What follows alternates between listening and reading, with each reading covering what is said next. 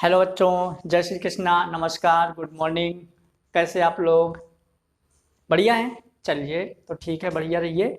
जैसे कि हम आप लोगों से बात और बायोलॉजी, तो बायोलॉजी में जैसा कि आपको पता है कि बायोलॉजी में 6 नंबर चैप्टर से स्टार्ट होता है लाइव प्रोसेस। इसके पहले लेक्चर में मैंने लाइव प्रोसेस की डेफिनेशन और थोड़ा बहुत आपको बेसिक इन्फॉर्मेशन दे दिए थे।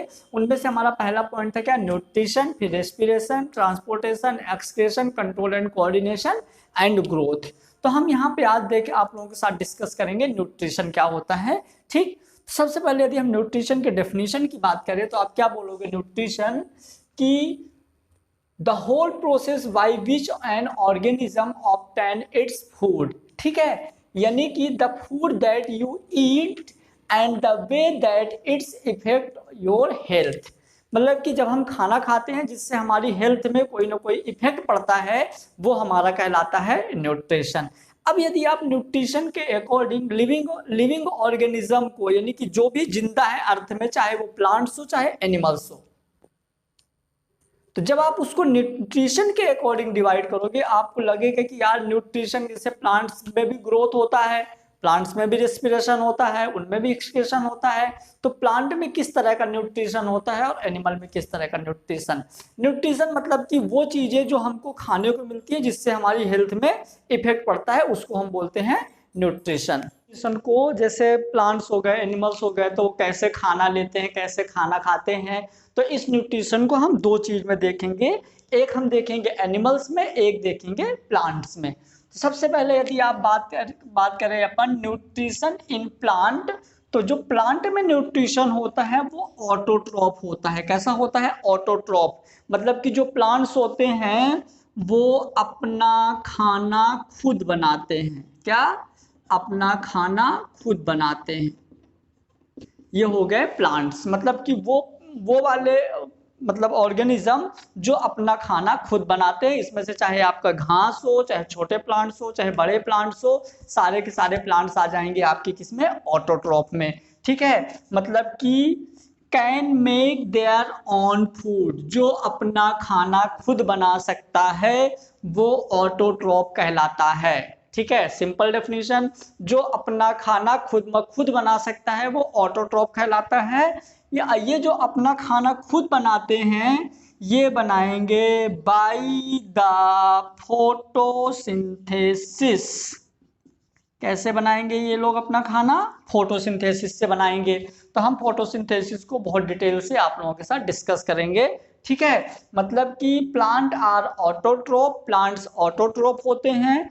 ऑटोट्रोप मतलब कि can make their on food, जो अपना खाना खुद बनाते हैं, वो हो गया हमारा autotroph by the process of photosynthesis. Photosynthesis के थ्रू जो अपना खाना खुद बनाते हैं वो कहलाते हैं ऑटोट्रोप।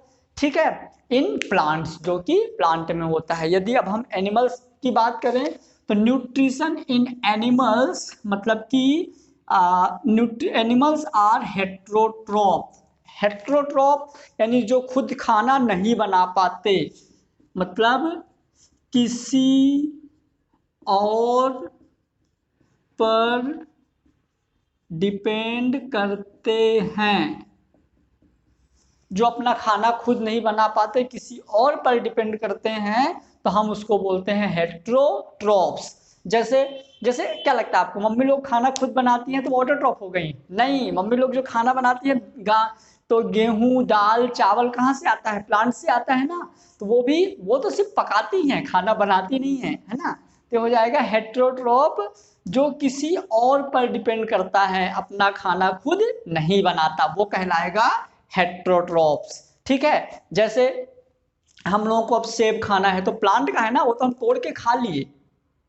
ठीक है, दाल चावल खाना है वो तो उसके पेड़ से आया है ना, पेड़ से वो आया, फिर वहां से हम लोग पका के खाते हैं।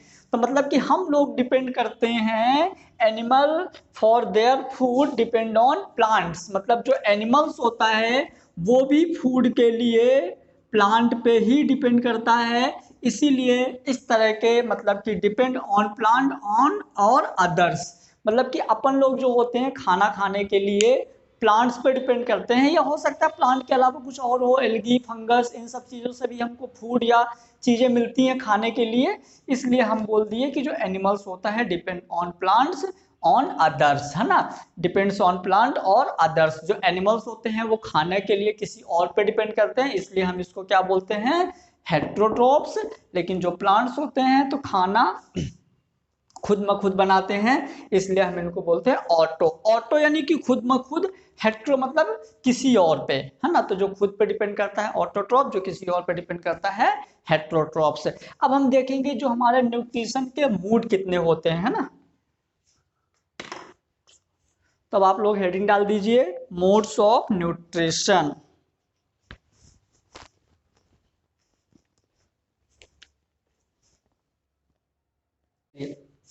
अब हम देखेंगे मोड्स ऑफ न्यूट्रिशन, इसको बहुत अच्छे से याद कर लीजिए, बहुत ज़्यादा एग्जाम में आता है। तो मोड्स ऑफ न्यूट्रिशन जो है, मोड्स ऑफ न्यूट्रिशन मतलब दो टाइप्स का होता है। एक ऑटोट्रॉप जो खाना खुद बनाता है, एक हेट्रोट्रॉप जो कि दूसरे पे डिपेंड करता है, खुद खाना नहीं बनाता, सिर्फ पकाता है, खाना नहीं बनाता, सिर्फ पकाता है या कच्चा भी खा जाता है, वो होगा हमारा हेट्रोट्रॉफ। ऑटोट्रॉफ मतलब जो खाना खुद बनाएगा, जो खाना खुद नहीं बनाएगा, दूसरे पे डिपेंड करेगा, वो कहलाएगा हेट्रोट्रॉफ। अब ऑटोट्रॉफ क्या होता है, तो kinds of nutrition in which organic materials like CO2, मतलब कि ये ऑर्गेनिक मटेरियल्स,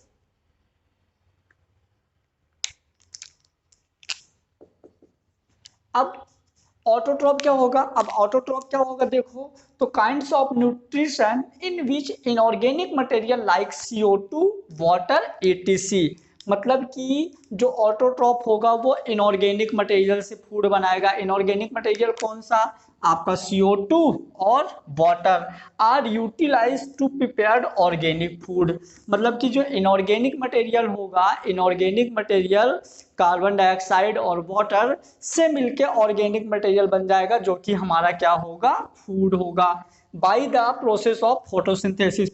फोटोसिंथेसिस के थ्रू होगा, हमारा नेक्स्ट हेडिंग फोटोसिंथेसिस ही होगा, और उसके अंदर आएगा आपका एग्जांपल ऑल ग्रीन प्लांट्स। ठीक है, अब देखो हेट्रोट्रॉप क्या होता है, तो kinds of nutrition in which organic do not process the ability to synthesis there, मतलब कि इसमें kinds of nutrition in which organic do not possess the ability of synthesis, ability to synthesis their own food, they depend on autotroph, मतलब कि ये अपना खाना खुद नहीं बना सकते, किस पे डिपेंड करेंगे, प्लांट पे डिपेंड करेंगे, है ना, किस पे डिपेंड करेंगे, प्लांट पे डिपेंड करेंगे, for their food supply directly और इनडायरेक्टली, मतलब इनकी सप्लाई डायरेक्टली भी हो सकती है और इनडायरेक्टली भी हो सकती है, ठीक, बट ये खुद से फूड नहीं बनाएंगे। अब हम क्या करेंगे, अब हम पढ़ेंगे ऑटोट्रॉपिक का डिटेल, ऑटोट्रॉपिक का डिटेल हम पढ़ेंगे बाया फोटोसिंथेसिस, तो अब आप लोग हेडिंग डाल दीजिए ऑटोट्रॉपिक, है ना, ऑटोट्रॉपिक फूड हेडिंग डाल दीजिए ट्रॉप का। अब हम ऑटोट्रॉप का डिटेल देखेंगे, तो the organic which carry out autotrophic nutrition are called autotroph, ठीक है, मतलब कि जो ऑटोट्रॉपिक न्यूट्रिशन होते हैं वो ऑटोट्रॉप्स प्लांट्स कहलाते हैं। तो इसके अंदर सबसे पहले देखिए, जैसे ऑटोट्रॉप्स है, तो ऑटोट्रॉप्स मतलब कि वो लोग यूज करते हैं क्या, simple inorganic material. Simple inorganic material में वो लोग क्या क्या यूज करते हैं, तो आप सिंपल इनऑर्गेनिक मटेरियल में वो कार्बन डाइऑक्साइड और वाटर यूज करते हैं, जिससे कन्वर्ट इन ऑर्गेनिक मटेरियल यानी कि कार्बोहाइड्रेट C6H12O6 में कन्वर्ट हो जाते हैं, ठीक है। तो ये हमारे हो गए ऑटोट्रॉप्स। अब ये जो हमारा कार्बन डाइऑक्साइड और वाटर है, ये कन्वर्ट हुआ ग्लूकोज में, तो कैसे कन्वर्ट हुआ, कुछ तो प्रोसेस होगी, तो ये जो कन्वर्ट होता है तो बाय द फोटोसिंथेसिस, तो अब आप लोग हेडिंग डाल दीजिए फोटोसिंथेसिस, है ना, चलिए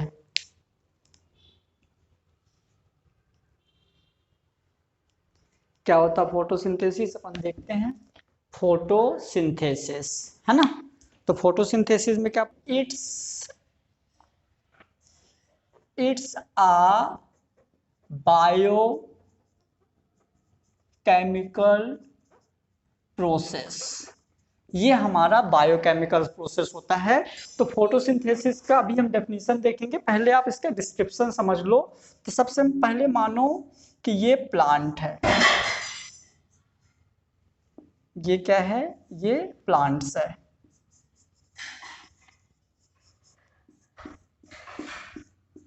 नीचे सॉइल है, नीचे क्या है, सॉइल। ठीक है, ये प्लांट्स है, प्लांट्स में ये इसका स्टेम है, ये क्राउन वाला पार्ट है यानी कि लीफ वाला पार्ट है ना। और यहाँ पे इसकी रूट है, क्या है, रूट। और रूट ये रूट, और यहाँ सॉइल है, सॉइल। और यहाँ पे क्या भरा हुआ है, वाटर। तो वाटर जो है बाय द रूट, वाटर का फार्मूला H2O। वाटर जो है बाय रूट, रूट के थ्रू कहाँ जाएगा, इसके लीफ वाले पार्ट में जाएगा। ये लीफ है, ये इसकी लीव्स है। ठीक है, अब क्या होगा देखो कि यहां पे ऊपर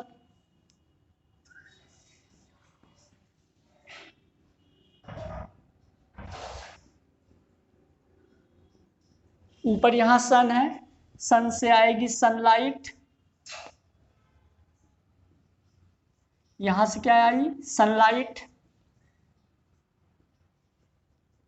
यहां से सनलाइट आई, नीचे से वाटर आया। इसकी लीफ में क्लोरोफिल होता है, लीफ में क्या होता है, क्लोरोफिल। इसकी लीफ में होता है क्लोरोफिल। तो एक हो गया सनलाइट, वाटर, क्लोरोफिल। ठीक है, और इन्वायरमेंट में होता है carbon dioxide.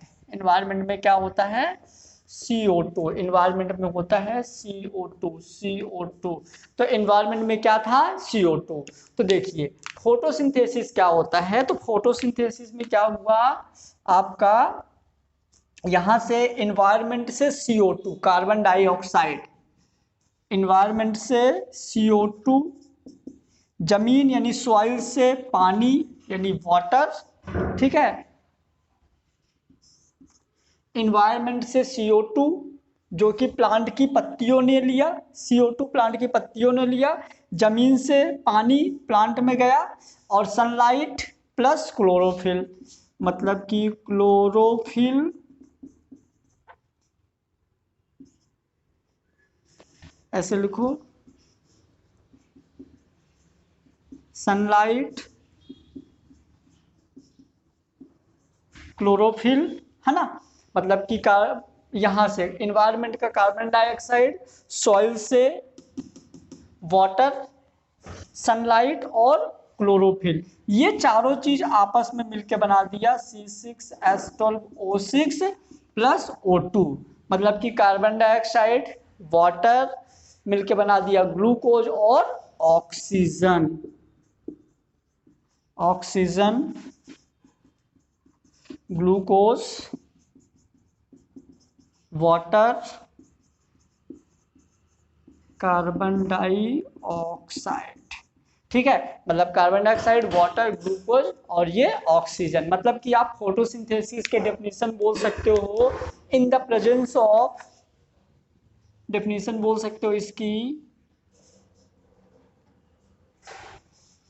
It's a biochemical process in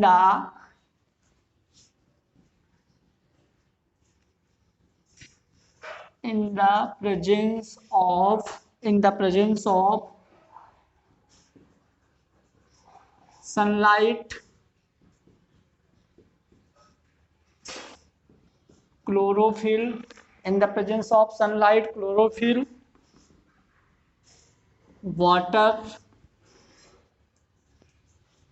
and CO2 form a glucose and oxygen. It's called photosynthesis मतलब कि आपका carbon dioxide, water, sunlight, chloroplast ये मिलके ग्लूकोज और ऑक्सीजन बनाते हैं, जिस प्रोसेस को हम क्या बोलेंगे, फोटोसिंथेसिस। तो आप बोल सकते हो इसके डेफिनेशन में, it is a biochemical process. Biochemical क्यों? क्योंकि ये लिविंग में हो रहा है, प्लांट भी तो लिविंग है ना, और ये एक केमिकल प्रोसेस है। मतलब देखो ना यहाँ पे ये केमिकल से कार्बन, ऑक्सीजन, हाइड्रोजन ये सारी चीजें, तो हो जाएगा it is a biochemical process. क्योंकि बायो यानी लिविंग में हो रहा है, क्योंकि प्लांट लिविंग है, केमिकल यानी कि केमिकल्स के वजह से। It is a biochemical process in the presence of sunlight. Sunlight यानी सनलाइट के प्रेजेंस में क्लोरोफिल, वाटर और carbon dioxide. Sunlight, chlorophyll, water और कार्बन डाइऑक्साइड के प्रेजेंस में प्रोसेस होती है, इसलिए हम उसको क्या बोलते हैं, फोटोसिंथेसिस। मतलब कि आप ऐसा बोल सकते हो, इट इज है ना, it's a biochemical process in the presence of sunlight, chlorophyll, water and carbon dioxide form a glucose and oxygen. It is called photosynthesis। ठीक है, तो ये हो गया हमारा फोटोसिंथेसिस, ये बहुत अच्छे से याद रख लीजिएगा। चलिए अब हम देख रहे हैं कि जो हमने फोटोसिंथेसिस आपको बताया, तो इनके रॉ मटेरियल क्या है, मतलब क्या क्या चीज की जरूरत पड़ती है फोटोसिंथेसिस के लिए। तो रॉ मटेरियल ऑफ फोटोसिंथेसिस में पहला आएगा सनलाइट, दूसरा आएगा क्लोरोफिल जो कि सनलाइट एब्जॉर्ब बाय क्लोरोफिल, जो सनलाइट है क्लोरोफिल के थ्रू ही एब्जॉर्ब होता है। तीसरा आएगा कार्बन डाइऑक्साइड और चौथा आएगा वाटर। तो कार्बन डाइऑक्साइड क्या होगा, enter through stomata and oxygen is release by product through stomata on leaves, है ना। तो carbon dioxide CO2 enter through stomata on oxygen is product by the oxygen is release by product. चलिए जब अब हम देखते हैं raw material of photosynthesis. Photosynthesis के रो मटेरियल देखते हैं। आपको फोटोसिंथेसिस के रो मटेरियल में चार चीजें मिलेंगी, एक मिलेगा सनलाइट, दूसरा मिलेगा क्लोरोफिल, तीसरा कार्बन डाइऑक्साइड, चौथा मिलेगा वाटर। ठीक, तो सबसे पहले यदि आप देखो क्लोरोफिल, तो सनलाइट एब्जॉर्ब बाय क्लोरोफिल, मतलब कि जो क्लोरोफिल होता है वो सनलाइट को एब्जॉर्ब करता है। तीसरा कार्बन डाइऑक्साइड, तो कार्बन डाइऑक्साइड स्टोमेटा से अंदर जाता है और ऑक्सीजन बाहर निकलती है। तो enter through stomata and oxygen is release by product through stomata on leaf. ठीक है, उसके बाद आप वाटर देखो, तो water plus dissolve mineral like nitrogen, phosphorus ETC are take up by the root of the soil. मतलब कि soil से पानी और मिनरल्स को लीफ एब्जॉर्ब करती है। उसके बाद देखो साइट ऑफ फोटोसिंथेसिस, इसके साइट्स क्या होते हैं, तो chlorophyll in the leaf, chloroplast contain chlorophyll, है ना, ये होगा इसका साइट्स। फिर देखो आप मेन इवेंट ऑफ फोटोसिंथेसिस, इसके मेन इवेंट्स क्या क्या होते हैं फोटोसिंथेसिस के। तो पहला absorb of light energy by chlorophyll, पहला लाइट और एनर्जी एब्जॉर्ब करता है क्लोरोफिल से। दूसरा करेगा conversion of light energy into chemical energy, ये लाइट एनर्जी को आपके केमिकल एनर्जी में कन्वर्ट करेगा।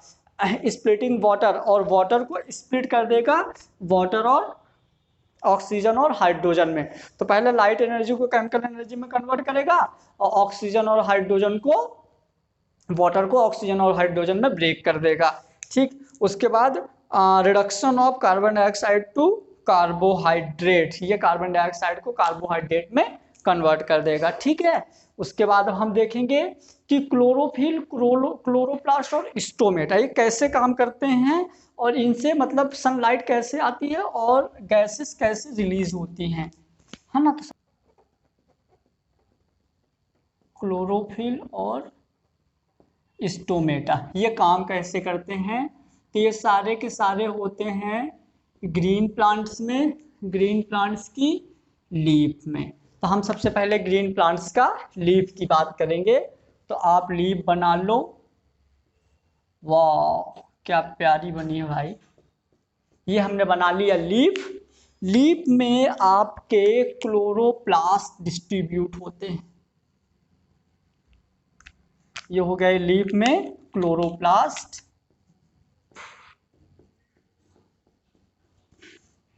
क्लोरोप्लास्ट, और कहीं कहीं पे इनमें स्टोमेटा भी होते हैं। ये रेड कलर वाले हो गए स्टोमेटा। ठीक है, तो चलो पहले हम क्लोरोप्लास्ट डिस्कस कर लेते हैं, फिर स्टोमेटा डिस्कस कर लेंगे। तो क्लोरोप्लास्ट का हम स्ट्रक्चर बना लेते हैं कि होता कैसे है। तो हेडिंग डाल दो आप क्लोरोप्लास्ट। क्लोरोप्लास्ट क्या होता है देखो, तो जैसे अंडा होता है ना एग, तो ये एग लाइक स्ट्रक्चर होता है। ये ऐसे देखो, ये एग लाइक स्ट्रक्चर होता है, डबल लेयर्ड होता है। ये हमने इसको डबल लेयर बना दिया, बहुत इजी है। बाहर वाली लेयर को हम बोलेंगे आउटर मेम्ब्रेन और अंदर वाली लेयर को हम बोलेंगे इनर मेम्ब्रेन। ठीक है, पत्तियों में इस जगह में ये ऐसा, ये मैंने इसको ग्रीन वाला पार्ट निकाल के बना लिया। तो आउटर मेम्ब्रेन, इनर मेम्ब्रेन। अब इसके अंदर जैसे सिक्के होते हैं, सिक्के आप लोग देखे होंगे, कॉइन, तो कॉइन लाइक स्ट्रक्चर्स होती हैं। ये देखिए ऐसे ऐसे कॉइन लाइक स्ट्रक्चर्स होती हैं। ये डबल लेयर बना दो, मतलब इसके अंदर बीच में गैप भी होता है, जैसे चूड़ियां होती है ना ऐसे। मतलब जैसे बहुत सारे अपन सिक्के ले लिए, सिक्के में बीच में क्या है, गैप। तो यदि आप पूरे सिक्के को एक साथ बोलोगे तो इसको बोलोगे ग्रेना। क्या बोलोगे, ग्रेना। मतलब ये प्लूरल है, इनमें से किसी एक सिक्के की बात करोगे तो उसको बोलोगे ग्रेनम, मतलब सिंगुलर। ठीक है, ये हो गया। अब इसके बीच में जो स्पेस है इसको हम बोलेंगे ल्यूमेन ऑफ, इसको बोलो आप ल्यूमेन। ठीक है, बस। अब इसी के अंदर लिक्विड लाइक मटेरियल भरा होता है, जिसको हम बोलते हैं स्ट्रोमा, और यहाँ पे राइबोसोम भी होता है, साथ में डीएनए भी होता है। ठीक है, तो ये हो गया क्लोरोप्लास्ट। मतलब कि क्लोरोप्लास्ट में याद रखना आप कि ये एक लाइक स्ट्रक्चर, अंडे जैसा स्ट्रक्चर होता है। बाहर वाले मेम्ब्रेन को आउटर मेम्ब्रेन, अंदर वाले को इनर मेम्ब्रेन। लिक्विड टाइप का कुछ भरा होता है जिसको हम स्ट्रोमा बोलते हैं। और यहाँ पे कॉइन लाइक यानी सिक्के के बंडल्स होते हैं, है ना, जिसको हम कॉइन बंडल बोलेंगे। कॉइन्स के कुछ बंडल्स होते हैं जिसको हम ग्रेना बोलते हैं, उनके बीच में स्पेस रहता है जिसे ल्यूमेन ऑफ थैलेकॉइड बोलेंगे, ल्यूमेन ऑफ थैलेकॉइड्स बोलते हैं। ठीक, तो ये हो गया हमारा क्लोरोप्लास्ट। अब क्लोरोप्लास्ट में क्या होता है, जैसे सन है यहाँ, ये सन,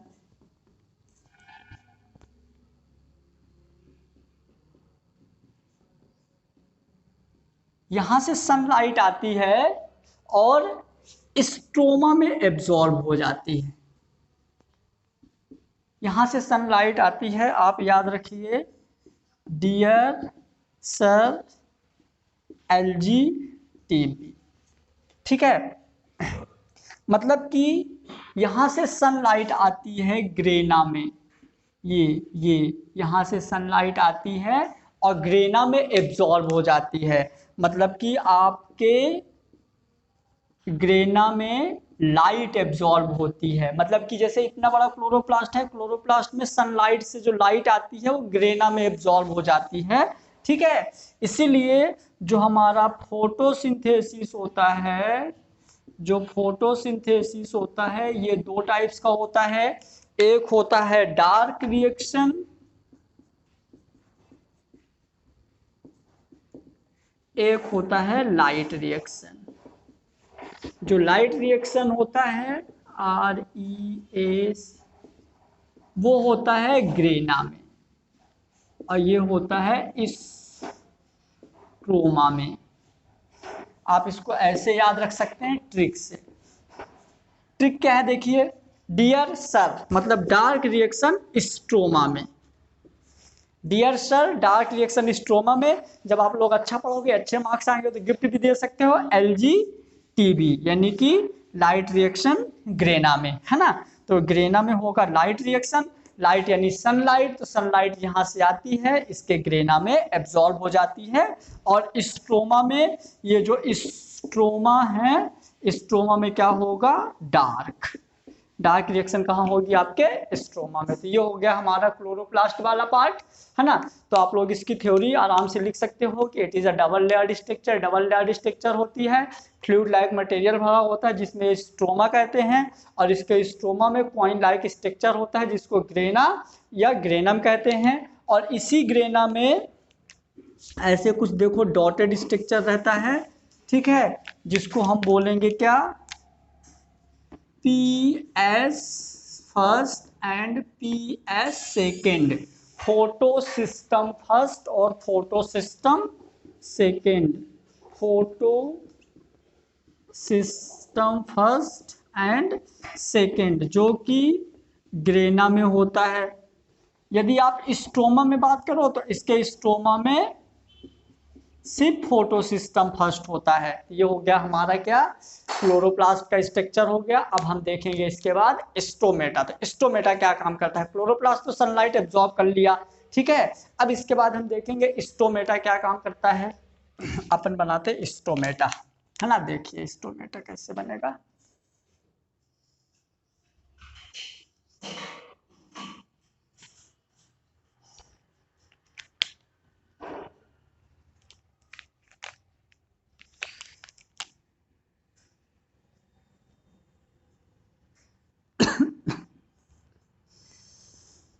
ये हो गया आपका स्टोमेटा। स्टोमेटा में यहाँ पे क्या है, ग्रीन कलर के, ये देखो ग्रीन कलर के ये हैं।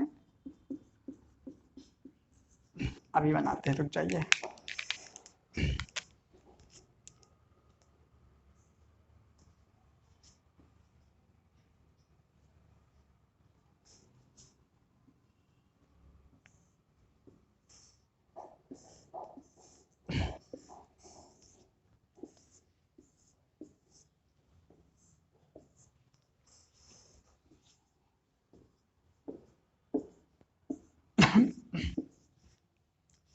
ये ग्रीन कलर के आपके हो गए क्लोरोप्लास्ट, है ना। ये हो गए गार्ड सेल, ये हो गए गार्ड सेल, ये हो गई जी guard cell, stomata guard cell.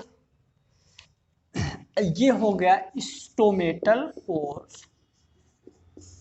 Stomatal pore.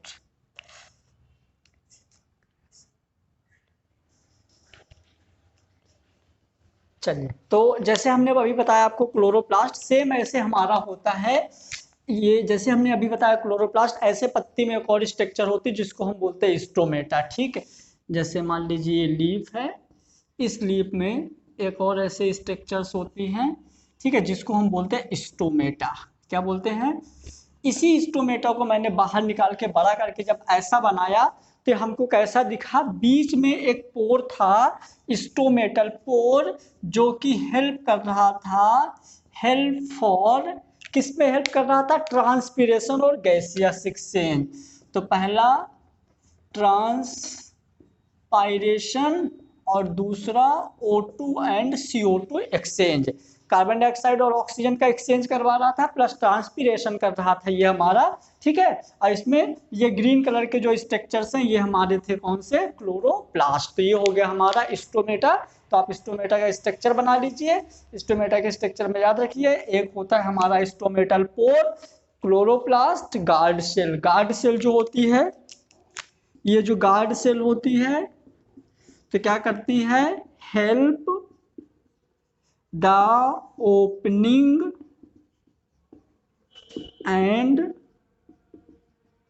Closing of stomatal pore. ये स्टोमेटल पोर को ओपनिंग एंड क्लोजिंग करती है, ठीक है। जैसे मान लो कि प्लांट जहां पे लीफ है, जहां लीफ है, जैसे मान लो जिस जगह लीफ है, ये प्लांट है, लीफ है, यदि इसमें वाटर की क्वांटिटी ज़्यादा है तो ओपन रहेगी, बट यहीं पे यदि क्वांटिटी कम हो गई तो ये क्लोज हो जाएगी, है ना। बाकी इसकी मैकेनिज्म हम नेक्स्ट क्लास में पढ़ेंगे। यदि यहाँ पे मतलब इसकी लीफ में पानी बहुत ज़्यादा है तो ओपन रहेगा, जिससे ओपन होगा तो ट्रांसपीरेशन ज़्यादा होगा, ट्रांसपीरेशन ज़्यादा होगा मतलब कि वाटर लॉस होगा, है ना। यहाँ वाटर लॉस होगा। वाटर लॉस कब होगा? गर्मी में जैसे धूप या सनलाइट पत्ती में पड़ेगी तो वाटर ट्रांसपीरेशन के थ्रू बाहर निकलता जाएगा। जैसे पानी कम हो जाएगा तो स्टोमेटा क्लोज हो जाएंगे, स्टोमेटा क्लोज हो जाएंगे तो वाटर लॉस नहीं होगा। ठीक है, चलिए थैंक यू। अब इसके बाद हम जो भी पढ़ेंगे अगले लेक्चर में पढ़ेंगे।